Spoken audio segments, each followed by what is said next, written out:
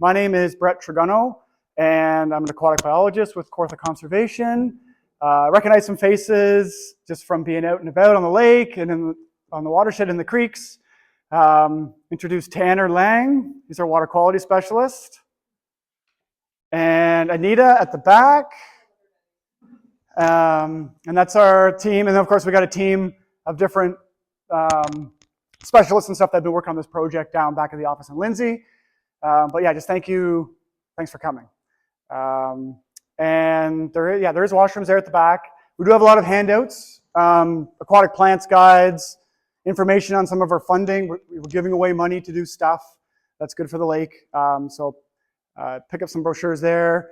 And we also have some of our draft materials here. Now all this stuff's online.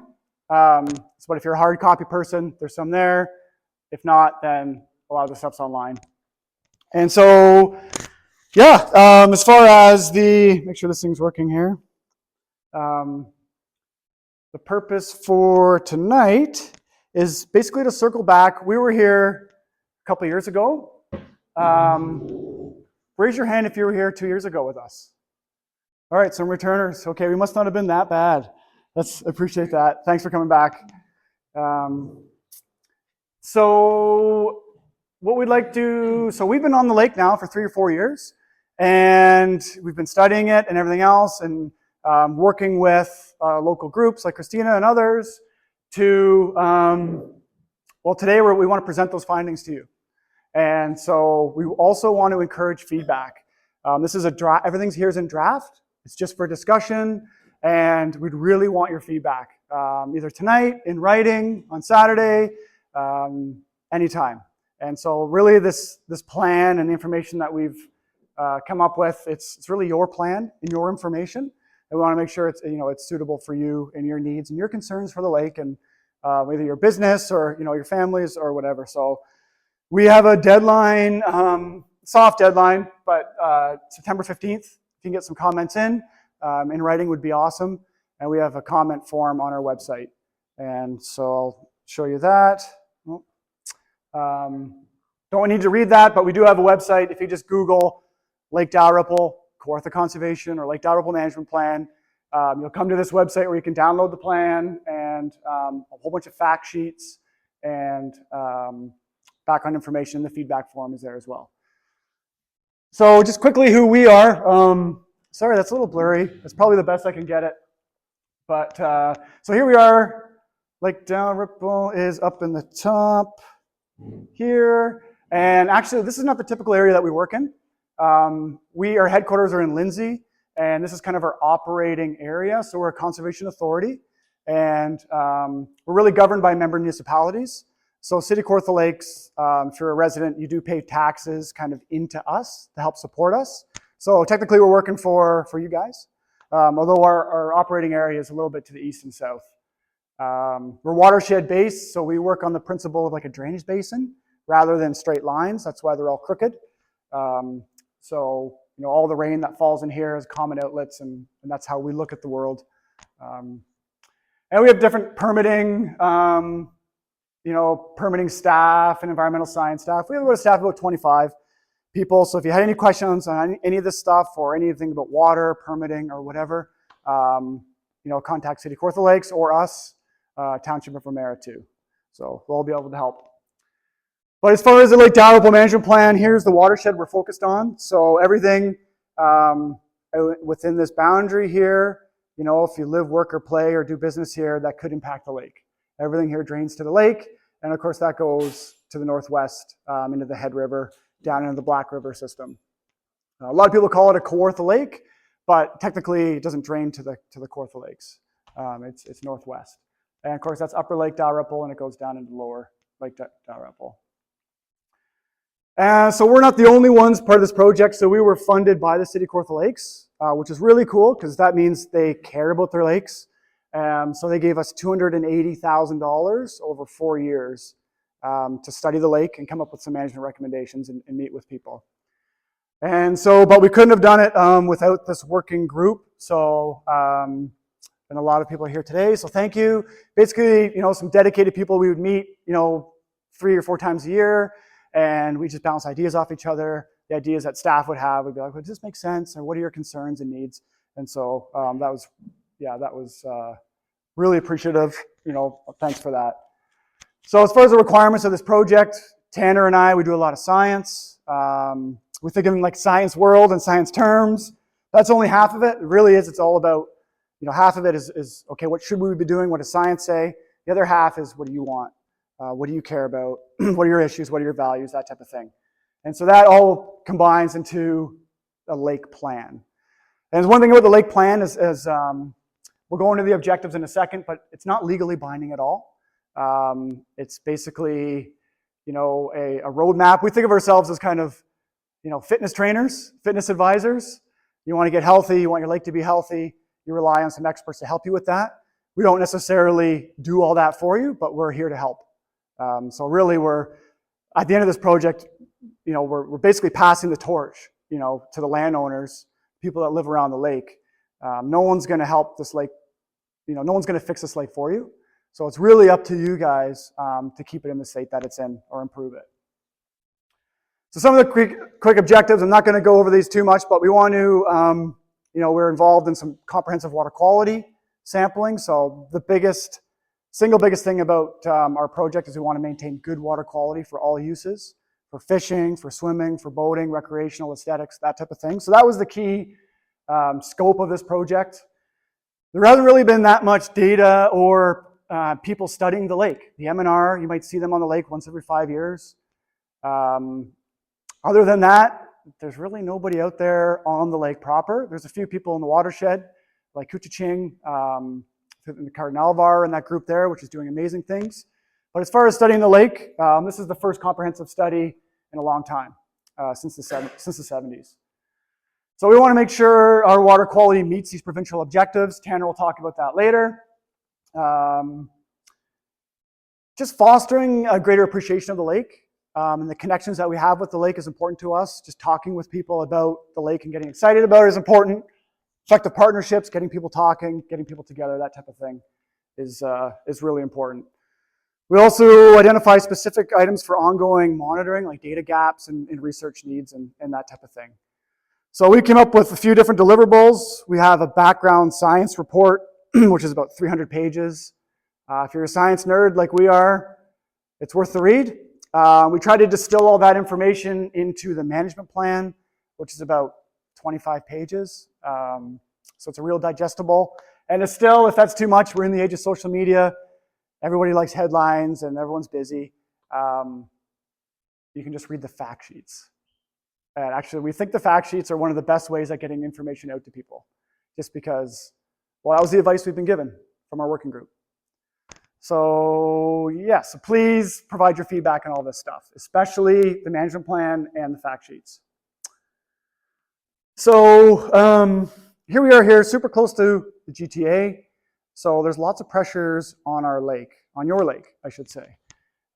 Really close to Lake Simcoe, so especially in the winter, right? If Lake Simcoe is not open, not ice covered, guess where people come? They come here. And so there's a lot of pressure, especially now everybody's living, further away from work, right? Or on the cottage, remote working, that type of thing. We only expect the pressures on the lake and the people just to flock up the cottage country. It's a beautiful place to live and work. Can't blame them. Not even going to go through that. Everybody knows the lake better than us because you live here. But here's a depth map if you're not familiar with that. And so here's the deepest part of the lake. It's about 10 meters deep, so about 35, 40 feet-ish. Upper Dalrymple is super shallow. It's actually classified as a wetland, according to the province.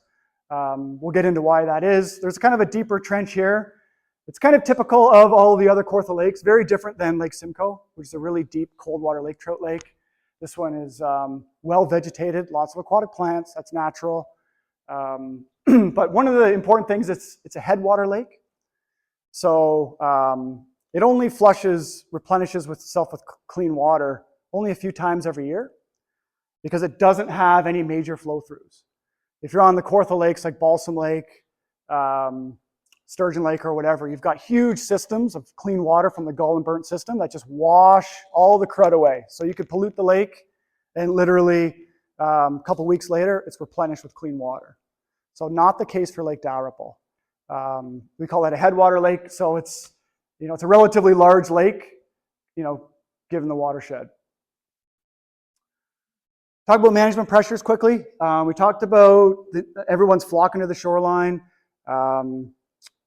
Dalrymple is, heavily developed along the shore, and not surprising. But, when we start to remove trees and start to remove vegetation for our dwellings, and maybe our septic systems aren't up to snuff, it could impact water quality, and Tanner's got some data on that. Agriculture is also a big one. So, farming is part of the economy and livelihoods up here. We get that. But there can be some challenges when you've got these direct pathways. Here's the lake here. Here's a cropland here. It's been tiled. There can be some challenges, and some of the data suggests that agriculture is having an impact on some of our creeks because it's a direct pathway to the lake. Roads right next to the road, right next to the lake here. This is just out front. You picture all the crud from our cars and salt and sand. That has to flow downhill somewhere. That ends up in the lake as well. Quarries, that's a big one. We didn't focus too much on quarries. There was a study done a few years ago about the impact of quarries. But some of the advice that we've got from some of our experts on water levels and how quarries impact water levels, it's really negligible. There's a lot of groundwater moving through here, which we'll talk about, but other than just the physical space, that the quarry has been occupying, we'll talk about that in a sec. But invasive species, another key management concern. This is the biggest one, I think, of the threat for the health of the lake. Things like zebra mussels and different aquatic plants like Eurasian milfoil. Quagga mussels now is a new mussel. They can really, just when you think you understand something about a lake, invasive species comes in and just sets you back. So it's really hard to catch up. Once they're established, they're impossible to eradicate, so we have some strategies for that. Climate change is a big one, of course. That's just air temperature. Here we are here. So all the models suggest our temperature is going to go through the roof. We're not really sure what that means for Lake Dalrymple, but there's going to be some changes. There's going to be warmer water. There's going to be wilder weather, more intense storms, that type of thing. So all indications are that the more we can maintain a resilient kind of watershed, the better we're going to be in the long term. Exploitation, so angling was a big issue. There's a lot of the concerns we had, especially the other open house, the previous one was the lake is being overfished. And certainly exploitation of the resource and crowding and that type of thing can be a big management challenge. So won't go through all of these, but these are the community concerns that people people complain about, right? This is what we want fixed. And some of the more notable ones is the Dug Canal just up the road, or the Black property and the dump site on County Road 47, the quality of the runoff, septic systems, aquatic plants and algae, just fluctuating water levels, that type of thing. And so we've attempted to address wherever we can most of these in the management plan.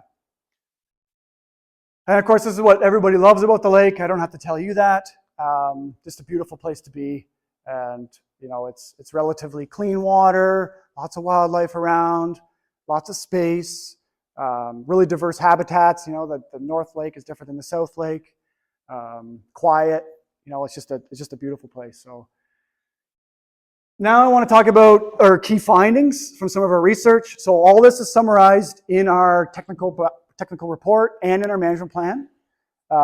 We focused on a few different things: land and lake use, water levels and inputs, quality of the water, the quality of the sediment, so the lake bed sediment, aquatic habitats and fish, and the quality of the landscape around the lake. So I'm just going to take you through some key findings from that. Just have a couple slides on each one of these key things. So here's a map from the air. Green is natural areas like forests and wetlands and meadows and that type of thing. Orange is agriculture, and the red or the pink here is development or quarries. So here's the quarries here. And there's another large one just down outside of the watershed there. And by and large, especially compared to some of the other Kawartha Lakes, the watershed is in relatively good shape. There's lots of natural cover to help slow water down, to help filter, runoff, bad runoff, and everything else. And so that is your first line of defense. That's your major line of defense, especially in a headwater lake, to keep the lake clean, because that does all the dirty work for you. But there is about 17% agriculture and 5% shoreline development. I should say 5% development. When we look at the shoreline, so this is within 120 meters, it really cranks up. It's 7 times as much. So about a third of the shoreline is developed. And most of that, of course, is manicured lawn, which isn't great, for fish habitat or anything like that.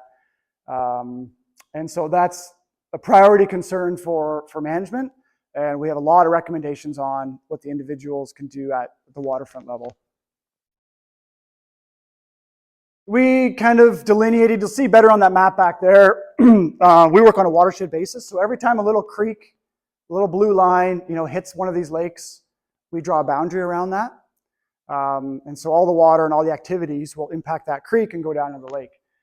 And so there's about 21 kind of creeks or outlets into the lake. So we're concerned about every single one of those, but there's 4 of them that account for most of the drainage. And so, this large one here that enters into Upper Dalrymple, actually 3 of the 4 enter into Upper Dalrymple. And so really a lot of the land use change going on in here will set the tone for the lake. There's about 780 individual lots along the shoreline. We kind of buffered that, so within about 200 or 300 meter distance from the lake. About 307 permanent homes, 350 seasonal homes, about a 50-50 split, which is normal for Kawartha Lakes. About 120 vacant lots. So these are lots that could potentially be developed in the future and could impact water quality and fish habitat. We did a recreational capacity assessment, so how crowded is the lake? And there's kind of a threshold of 1.6 waterfront lots per hectare of space.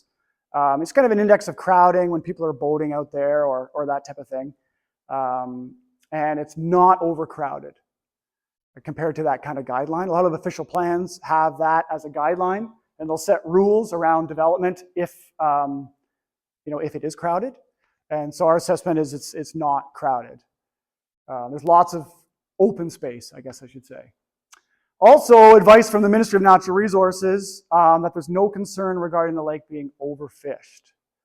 You remember, there's a presentation on our website from Adam Chalice. He's a management biologist from the MNR.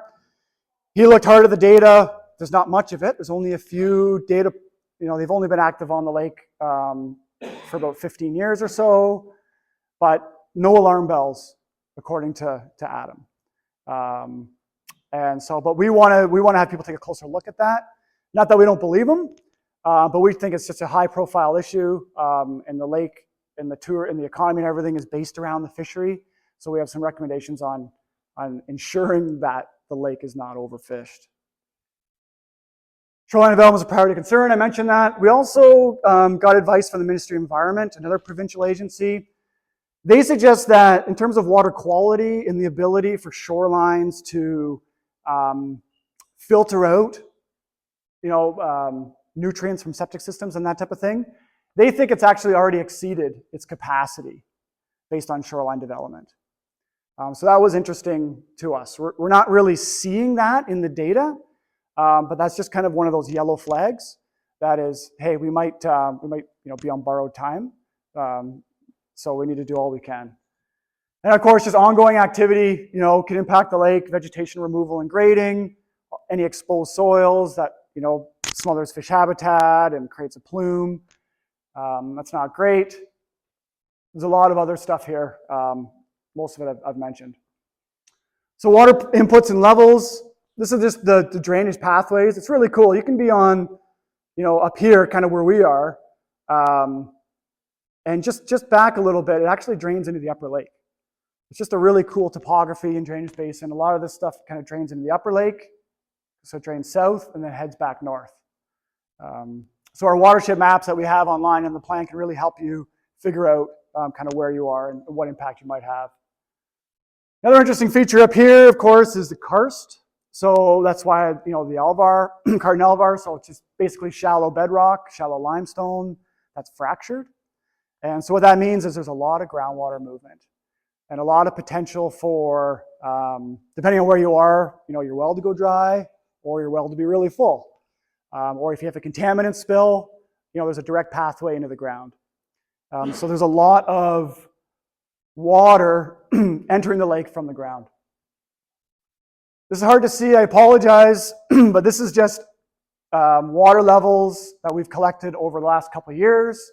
So here's kind of a spring, January and December 2021. This is 2022, 23, and 24. So water levels fluctuate on the lake about 1 meter. Give or take, every year. So you can, plan for that, if you're dock management and different things like that. Harry Hall, he recorded his water level. This is the highest that he feels it's ever been on the lake in his lifetime. He's been here forever. And it was, at least a meter and a half higher than what we've seen. So, there is a potential for high water levels on this lake. But one thing is it is natural. There is no regulation. It's not like the Trent Severn Waterway. There's no dam on this lake. It's all natural. So it's based on weather. If you get lots of precipitation, lots of snow melt, you're going to expect the water levels to crank up, and vice versa. So usually you get high water levels in the spring and it gradually goes down. But there is certain years where, based on precip events, and some have suggested there is some beaver activity down at the outlet of the lake that can cause some water level fluctuations as well. But by and large, it's all natural, and a lot of that just seeps out through the swamp there, anyways. We did a water budget. So where does the lake get its water from? This is super important. So on the right-hand side's water coming in the lake and leaving. So groundwater is a huge component. About a third of the water in Dalrymple comes from the ground. Surface water is about about a half or even more. And then rainwater is about a fifth. In terms of leaving the lake, just a little bit of it evaporates. Most of it through the outflow so there's really not much extraction of water, from the lake. Most of the water that reaches the lake, leaves the lake. So just some key findings there. Because those watersheds is green, because that landscape area is a lot of green, a lot of natural cover, really we don't, land use disturbance hasn't had any impacts on water levels. So quarries haven't had any impacts on water levels. What we're doing out there hasn't any impact. That's because of the forest and the Alvar and everything else that's still there. Under a changing climate, we're really not sure what's going to happen, but we expect precip to increase, like I mentioned.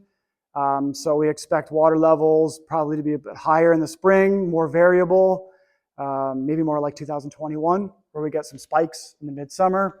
Not quite sure. Basically, because we haven't been on the lake for a long time, there's large uncertainty to this stuff, to the water level monitoring. Yeah, we've only been on there a few years, and it takes decades to have good models and that type of thing. I'm going to pass it on. I'm going to stop talking now and pass it on to Tanner. And the microphone. Oh, yeah.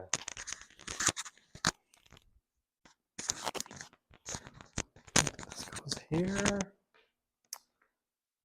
Okay. I'm going to talk about what's in the water from a chemistry standpoint. So from when we started the project to this year, we collected water from 10 sites across Lake Dalrymple. Oops, sorry. Oops, wrong way. There we go, sorry. So we had lake sites in upper and lower and at the outlet, and we had 6 kind of stream sites, and they were located on major streams that flowed into Lake Dalrymple. So overall, Lake Dalrymple and some of its streams show really good water quality for clarity, so how clear the water is, the dissolved oxygen, nutrients, phosphorus and nitrogen, pH, and chloride. But phosphorus being the limiting nutrient compared to nitrogen in lake systems, so much of the phosphorus is entering the lake through shoreline septic. So within 300 meters of the lake is where we had that area, and we said, well, because of a lot of the ground that's here, that's karst, are very porous, water goes through, so we expect like within 300 meters, a lot of the phosphorus is going into the lake. So I'll show you some graphs about that too. And we did notice, compared to the last study in 1972, that chloride, so salts in the lake and in the rivers, have increased, but it's still well below the guideline of 120. I think the highest was like 74 milligrams per liter, so still well below the 120. Oops, I keep going the wrong way. So I talked about what we're testing. So I just made a water quality index, which gets all the results and puts it into a nice number, gives it a nice score. So you can see from at the lake, we have really good water quality. For some of the feeder streams, there are some good, there are some fair, and there's some not so good. Some of these fairs, I will say, Jim, they're on the cusp of being good. They're like 1 or 2 points away. So still good. And then we're going to look at total phosphorus exceedances. So compared to all the other lakes that we've done lake management plans, Lake Dalrymple ranks 3rd. And these are the percent exceedances for just phosphorus. And we can see here, this is the amount of phosphorus in the lake here and in the streams here. And it's variable depending on how much rain we get. So if there's a lot more rain, there's a lot more flushing going into the lake, the phosphorus rises. And so, but overall, we're doing good. We're doing good. And the reason why we're focusing on phosphorus is because plants love phosphorus. It's a nutrient, right? So in the lake, you got lots of light, lots of nutrients, and it's wet. So that's great for plant growth. Plants are good, right? And we have algae, that's a plant too, but we want the ball. So if this is Dalrymple, we kind of have 2 scenarios. One scenario, we have rooted plants. That's the stuff that gets caught in your motor, and you might curse at it sometimes. But if we have rooted plants, they keep the sediment down, and they're kind of duking it out with the algae in terms of inputs of phosphorus. And when we have rooted plants, we tend to have clear water quality, which is good. But if we take out the plants and we don't have anything to hold the sediment down, that creates very turbid or very murky water, and the ball goes this way, and that kind of favors algae blooms, and that's really when we get not so good water quality. So that's why we're always talking about phosphorus. Sorry, I keep going to the wrong slide. So phosphorus load, so instead of concentration, we're talking about the actual amount. So like a bag of flour, so just imagine like a bag of phosphorus inputs into Lake Dalrymple. So from the ground versus the air versus kind of like all the streams. So about 64% of all the phosphorus comes from the watershed, as Brett showed the major watersheds around Lake Dalrymple. And what does that say? 16% comes from the air through like dust and rain, and 20% comes from the actual groundwater that goes into the lake. Now, if we divide kind of like all the phosphorus that goes into Lake Dalrymple, we divide it by kind of like sectors, like agriculture, shoreline septics, aggregate pits coming from the air, or natural, even natural. sources of phosphorus. We could see like this large portion here, about 31%, comes from shoreline septics. And next is agriculture, and a notable large portion is natural as well. Oops, sorry, I keep going the wrong way. So that's water quality. If you have any questions or concerns, you just talk to me after we're here. We also collected sediment samples from 10 sites across the lake. We paired these to existing water quality sites and also fisheries sites. Brett did some fish sampling. And so overall, the sediment is really a reflective of what's going on in the lake. And the sediment quality for nutrients, it shows that there's a lot of nutrients in the sediment, and that's reflective of the amount of plants in Lake Dalrymple. There's a lot of carbon, lots of nitrogen, lots of phosphorus in the sediment. We also looked at heavy metals because that was a concern, and they are below the provincial sediment guidelines, which is good. And then we looked at polycyclic aromatic hydrocarbons, PAHs. That's kind of like your oils, your gasoline, your kind of oil products in the sediment as well. And a lot of it was like below detection. So the machine that analyzed the sample couldn't even pick it up. So, which is good. Across Dalrymple. Oops, sorry. Okay, and then my spiel. Back to me? Yeah. Should we keep going? You're the aquatic biologist. Some information on aquatic habitats and fish. So we did some aquatic plant surveys, 330 rake tosses. It's like putting your anchor down 330 times and counting all the plants that came up. Which is fun. It was actually pretty fun. But so here's just a map of kind of the density of aquatic plants. So obviously, the deeper you are about, plants tend to fall off around the 4 to 5 meter mark. So anything shallower than that, you can expect plants.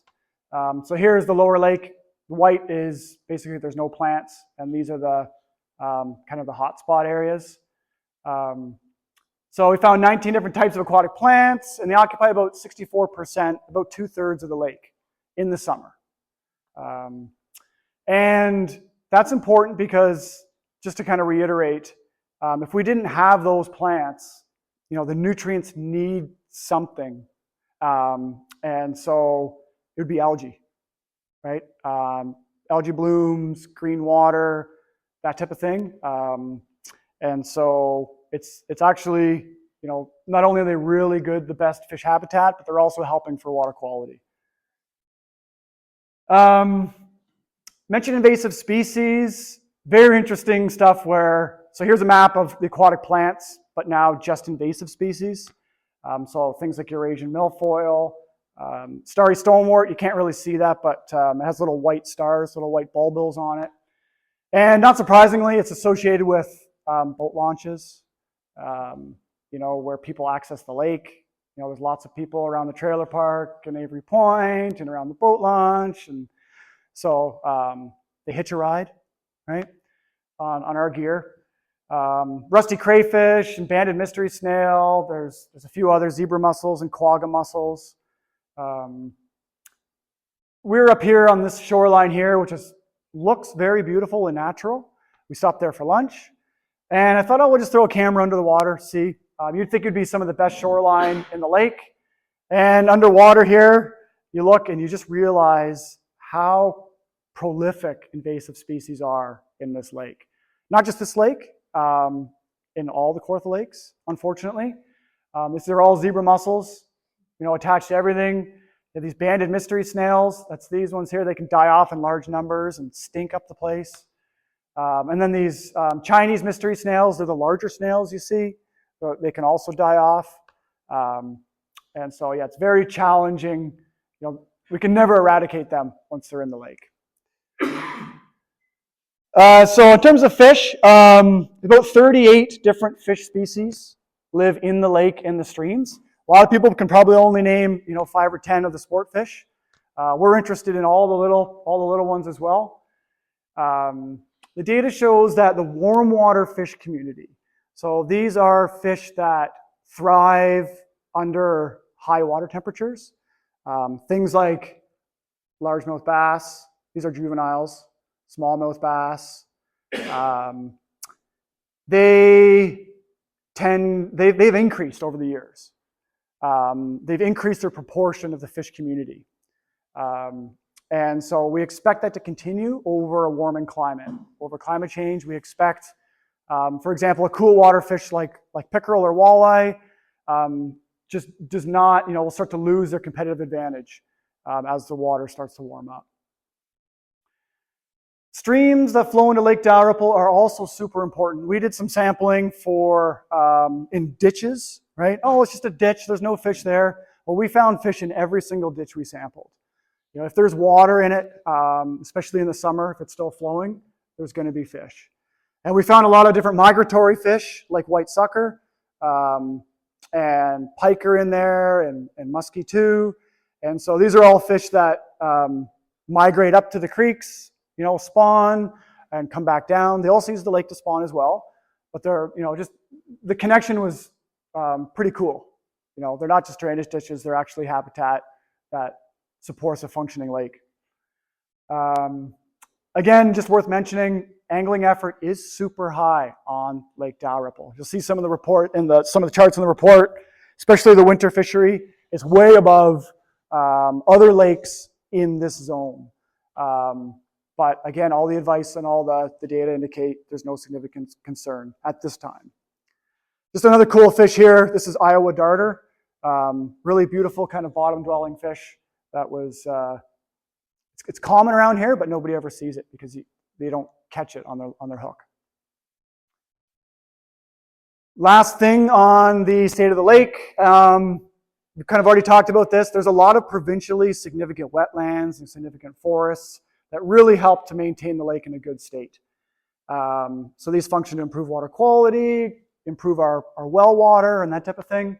And a lot of this is from the hard work from folks like the Kawartha Conservancy, the Nature Conservancy of Canada, the formation of the Alvar Provincial Park, all that, in that protected land will really serve you guys well into the future.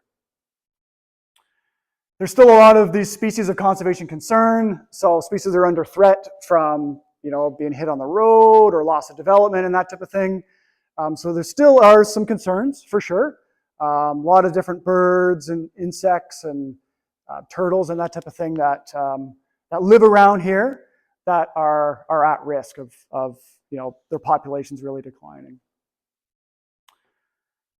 So now we'll get into the management recommendations. Just briefly, I'm not going to go through them all. Just going to go through the ones that pertain to you. So there's 41 actions in the plan, and they're over these main themes. So I know you can't see this, but we want to protect the fishery from overharvest. We want to protect these features and habitats during any new developments. We want to rehabilitate the shoreline wherever we can. We want to rehabilitate the creeks wherever we can. We want to do more communication through lake associations, what we can do, through signage, and through public information sessions like this. So, sorry, and the last one there, we also want to monitor. So to see if we're making a difference or if the lake's going south. This is an example. I'm not going to go through this, but in the plan you'll see for each one of those main themes, this is protect the fishery from overharvest. You'll see our action item. Who's in the best position to take the lead on doing that, and who's in the best position to assist? So we have kind of a leadership role and an assistance role. And where on the lake or in the watershed do we want to focus? I mentioned that there's nobody out here doing this stuff for you. So collaboration is really key. There's 21 different groups that we've identified that are active in and around the lake that have a role to play. They have a stake. If the lake gets poor, they have a stake in that, or they're out monitoring the lake, or they live on the lake, or whatever. So, these are all important groups, and each one of these is mentioned. One of the groups that we didn't mention as a specific lead or partner, but just is an inherent, rights holder and lands holder, is First Nations. And so, you'll see in the plan, and our thought is, they care about this land. They're the original stewards of this land. And even though we don't set aside, specific actions, for their group, we're more of a listener in that case. We just do recognize that, any major decisions, we really should get their feedback. It's just amazing the knowledge that we've learned from I've learned personally from working with Indigenous communities. So anyways, they're all these people that send the plan now. I just want to walk you through quickly, in about 5 minutes, these 4 key stakeholders. So landowners and lake associations, which I think probably most people here are, farmers, and Kawartha Conservation. So if you're wondering where do we fit in, what's our role moving forward, I'll show you there. So again, we've got provide leadership and assistance. So landowners, they've got the most actions. You guys hold the torch, for your lake's destiny. And so here's a few things here. We want to report these sightings of exotic invasive organisms. It's way easier to prevent them than to deal with them once they're in the lake. We want to improve the water right along the water's edge, maintaining logs, mature trees, shrubs, pollinator gardens. Messy is good. I hate to say that, but messy is habitat and good water quality filtration. This can be as easy as practice no mowing, just leaving a natural buffer strip of grass along the water's edge. If a tree falls or if you got a hazard tree, consider just dropping it in the lake and leaving it there. It's really good habitat. So we have financial assistance programs. So take advantage of those. Some of these projects can be costly, some aren't, but there are financial assistance, there's money available. And I'm going to go through that in a little bit. Septic systems, Tanner mentioned that's the single largest source of manageable pollution into the lake. So undertaking routine inspections and pump outs of septic systems is huge. Hopefully you even know where your septic system is. When I moved into my place, the home inspector took care of that, right? Until I had a backup, and anyways. So there are programs out there to help you with that as well. Those can be really cost prohibitive projects. Municipalities have different type of loan programs and stuff like that where you can help make it more manageable over the long term. Community spaces tend to be kind of garbage dumps. That's the launch at Osprey, the main boat launch. And so, a good win is undertaking community garbage pickup events. So, sorry, I'm just going to switch now to lake associations. Sorry, so this is the one before. That's just kind of what the average landowner can do. Some of the more advanced stuff or the more meaningful things or coordinated things have to come from the associations. They're the tentacles that reach the most people. So we're recommending undertaking garbage pickup events, community spaces, public boat launches, distribute the plan, get the word out, advocate for its implementation. This is the big one here. There's a lot of different associations, Sylvan Glen and Campbell's Beach and Avery Point and everything else. We are recommending that you combine forces. And there's groups out there to help, like the Federation of Ontario Cottagers Association. You get, insurance benefits and just information benefits and different things. But as far as implementing the plan and kind of taking ownership over it, that's a big one for us, our recommendations. Easy to understand fact sheets, getting them out, distributing them. That's one of the key ways of getting the word out. Invasive species awareness signs. These clean, drain, dry, reminding people to clean their stuff, clean their equipment, clean their boats, pick the weeds off, that type of thing. Know the difference between pike and muskie signs. Pike is an open season all year, and muskie is quite protected. So if you don't know the difference, you can take muskie and think it's pike.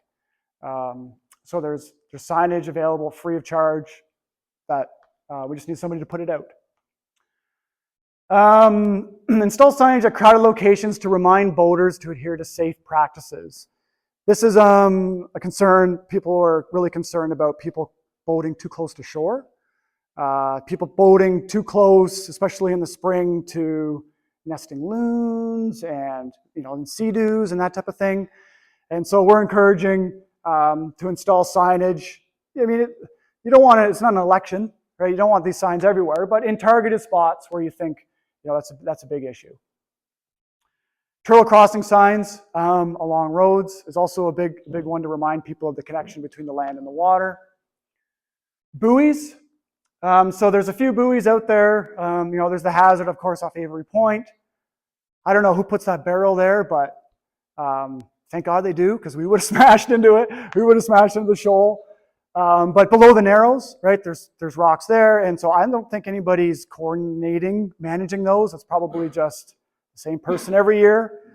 But that's another role for the lake associations.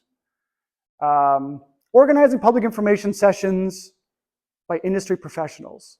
So there's money available, for example, to bring in a licensed septic installer to the community center here and talk about septic systems, or an invasive species professional, or a well driller, or any type of industry professional you can think of. Getting them in here, getting people out talking about that is a good thing to do. And we also recommend continue with the Corey stakeholder meetings.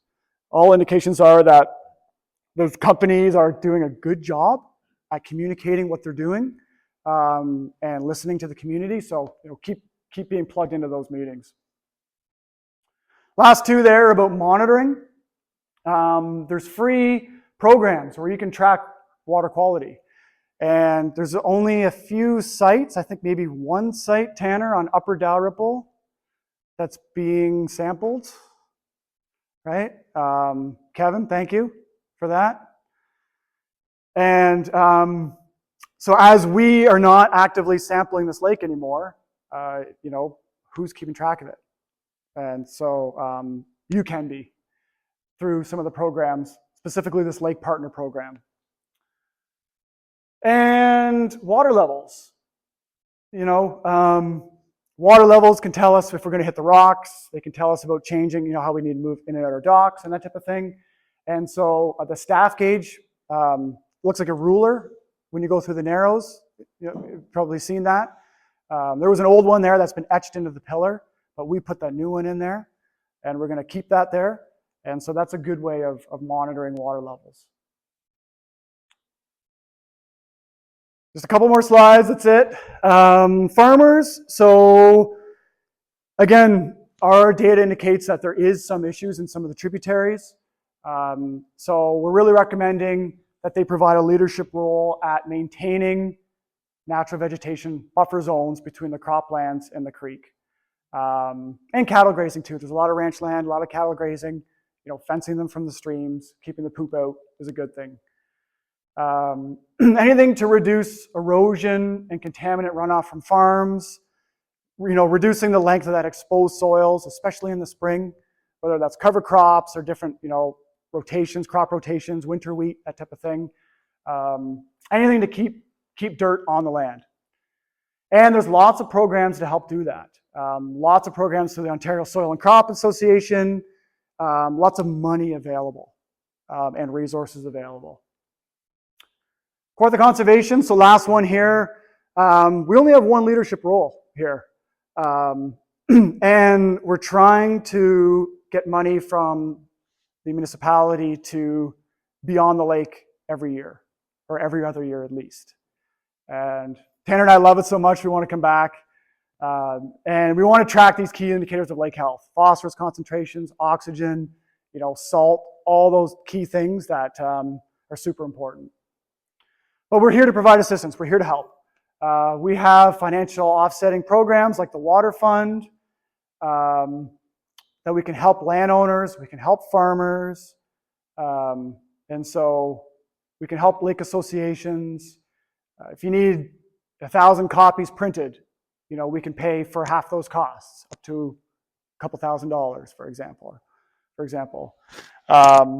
So we're going to help you, where we can, with the staff gauge at the bridge, with the fact sheets, advocate for implementation of the plan. We're also going to be partnering with real estate industry. So when new residents move up here, kind of they get a welcoming package. Here's what you can do to help the lake. Almost there. So fact sheets, we have 8 different fact sheets. So please have a look at those. They're online or at the back. Information on aquatic plants and wetlands, nutrient runoff management, sport fish catch and release tips, responsible boating, proper shoreline management, how to report illegal activity. So if you see something, if you see poaching, or if you think someone's overfishing or dumping or whatever, we have direct lines you can call. And then preventing invasive species, and if you're looking for money, where to get it. So last couple slides, just on our grant programs. So there is a water fund program. I mentioned we can cover up to $4 grand, 50% if you want to do one of the projects in the management plan. And anything you can think of that improves the health of the lake. If you want rain barrels, upgrade your septic system, decommission your well, maybe it's a pathway for contaminants. You want to fence your livestock, you want to plant a garden near the shoreline, that type of stuff, we can help with. You want to control erosion by putting rocks or something along the shore, we can help you fund that. Applications are due for this round soon-ish. So about a month and a half, October 15th, and we have a website for that. We also have native plant sale. So it's a first come, first serve, really good pricing on native plants. So if you're interested in pollinator gardens, or maybe you have a really shady area and you're wondering what can I plant in the shade, we have kits available for you, and we have these gardening guides which are available at the back as well to kind of help you with that. First come, first serve basis for this program. The pickup is in Lindsay on September 12th. We also sell seedlings. So if you own a chunk of land, right, some acreage, then we can get you really discounted trees to plant. And so between 8 to 12 inch kind of whips, that type of thing. Most native trees we can get. And so that opens up mid-November for spring of next year distribution.